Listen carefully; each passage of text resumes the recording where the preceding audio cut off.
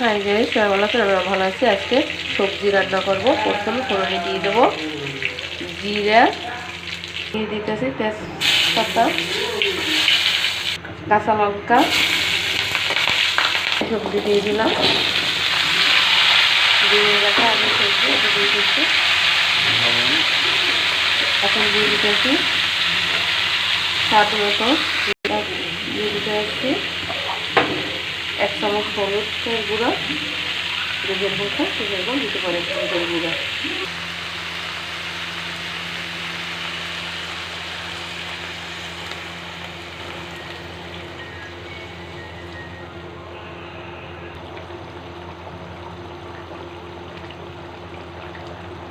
দেখুন মাছের মতো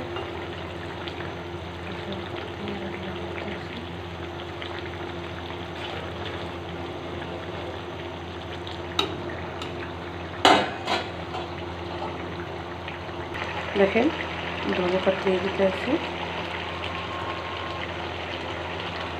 সব শেষে জিরার গুঁড়ো দিয়ে দিলাম 1 চামচ। এই দেখেন আমার সবজি তরকারি হয়ে গেছে।